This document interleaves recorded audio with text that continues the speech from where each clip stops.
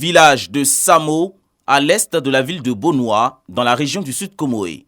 Ici, 84 familles ont répondu à l'appel de la ministre de la Solidarité et de la lutte contre la pauvreté, Belmonde Dogo. Ces ménages sont victimes des inondations dues aux pluies diluviennes survenues le mardi 25 octobre 2022 à Samo. Après des échanges, ils reçoivent de la part du gouvernement plus de 3000 lots de vivres et de non-vivres et un soutien financier de plus de 2 500 000 francs CFA. C'est un acte de haute portée, ressenti comme tel par les sinistrés et que nous admirons tous.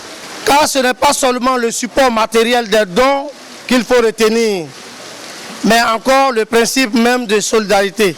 La ministre Belmonde Dogo a réitéré la compassion du gouvernement tout en leur prodiguant des conseils.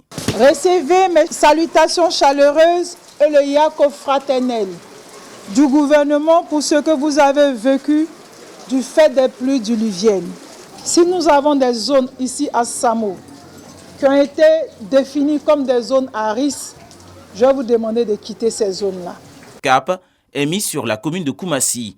Au quartier d'Ivo, la ministre est venue réconforter la famille des défunts Adi Ami et enfants retrouvés morts le vendredi 28 octobre dernier à Koumassi Campement.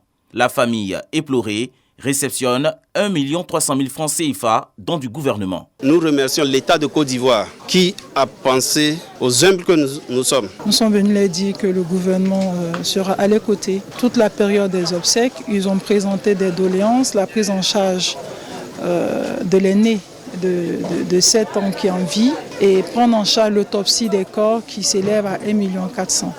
Nous leur avons donné l'assurance que nous le ferons. Des initiatives du ministère de tutelle sont prévues les semaines à venir pour assurer le suivi des actions de solidarité du gouvernement à l'égard de tous ces ménages sinistrés à Bonoua et dans la commune de Koumassi.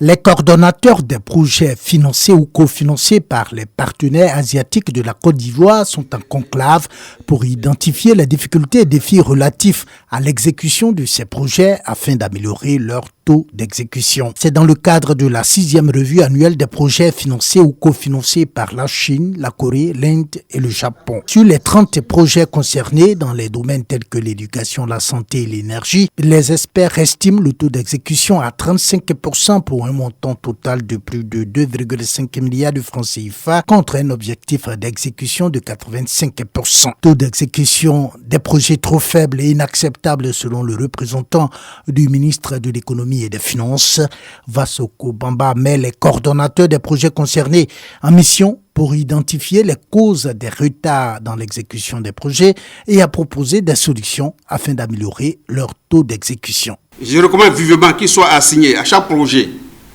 un objectif d'augmentation du taux de décaissement de 10 points à fin février 2023, date à laquelle une rencontre bilan à mi-parcours sera organisée avec l'ensemble des coordonnateurs pour évaluer la performance du portefeuille. Selon le directeur de cabinet adjoint du ministre de l'économie et des finances, la quasi-totalité des 30 projets financés par les partenaires asiatiques de la Côte d'Ivoire figure dans le PND, Plan national de développement 2021-2025.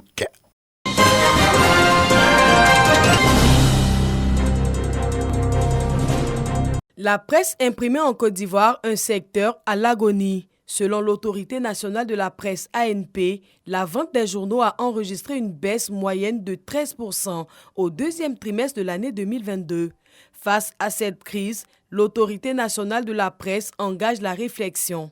Cette rencontre de concertation pour résoudre les principaux problèmes de la presse écrite en Côte d'Ivoire est initiée. Eu égard à la situation, à la crise que traverse la presse, nous avons donc estimé qu'il était bon qu'on puisse se réunir sur un même plateau les différents acteurs pour que ensemble nous puissions évoquer éventuellement les pistes de solutions qui pourraient en quelque sorte dynamiser le secteur. Orienter les échanges, 2 panels, la distribution et autres questions de fond sont abordées. Je demande à ce que la plupart des éditeurs de presse se tournent vers aussi le numérique.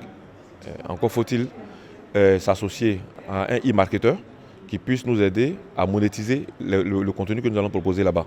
Il faut que la Côte d'Ivoire ait une loi sur la distribution. On a proposé qu'il faut qu'il y ait un fonds aujourd'hui pour soutenir l'ensemble des acteurs de l'écosystème. Ce cadre de réflexion traduit l'engagement des acteurs des médias à faire face aux défis actuels. C'est vraiment très important de réfléchir sur cette adaptation des médias aux nouvelles réalités du numérique notamment, et également pour réfléchir aux questions de logistique qui permettent de résoudre la distribution pour que les journaux ne restent pas inaccessibles à certaines parties de la population. Depuis sa création en 2017, l'ANP œuvre pour le bon fonctionnement de la presse en Côte d'Ivoire à travers des séminaires de formation, des rencontres de partage et de coaching mensuels dénommés ANP Academy.